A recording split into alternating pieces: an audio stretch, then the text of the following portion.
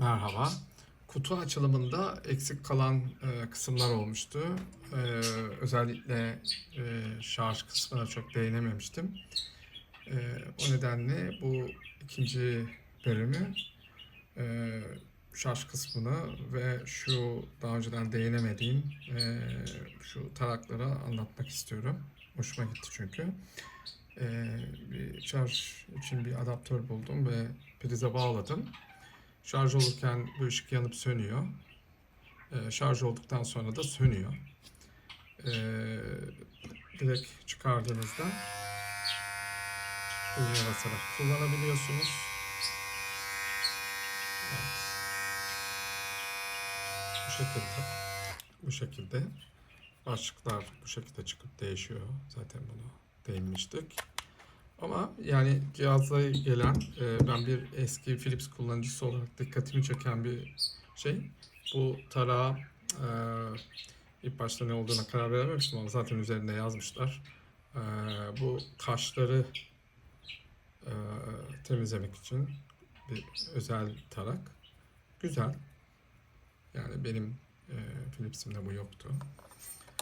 Eski cihazımda yoktu. Bu zaten vücudu hassas bölgelerini kesmeden temizleyebilmek için bir aparat veya tarak. Asıl şu ikisi çok dikkatimi çekti. Bunlar açılı taraklar. E, Üzerinde 1 ve 5 olarak numaralandırılmış. 1'den 5'e kadar bir açısı var. Böyle işte yanak kısmını ince kessin ama aşağılara doğru sakalım uzun kalsın tarzında bir stiliniz varsa güzel düşünülmüş. Ve sağ ve sol olarak ayrı iki tarak olarak geliyor.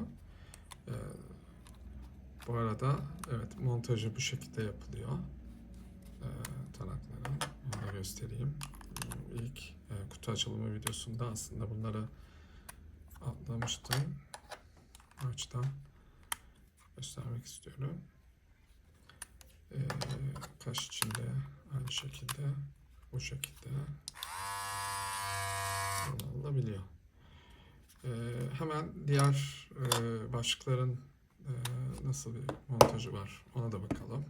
İsterseniz bunu şarja koyuyorum.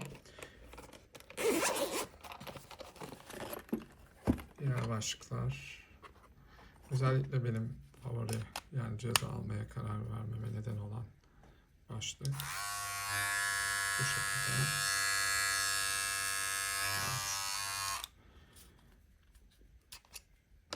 Başlıkların değişimi gayet kolay ve ayrıca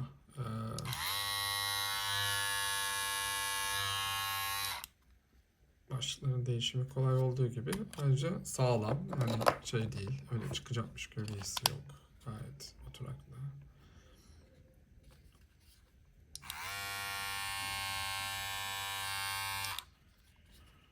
Başlık da bu şekilde ve burun ve kulak aparatı da bu şekilde. Evet.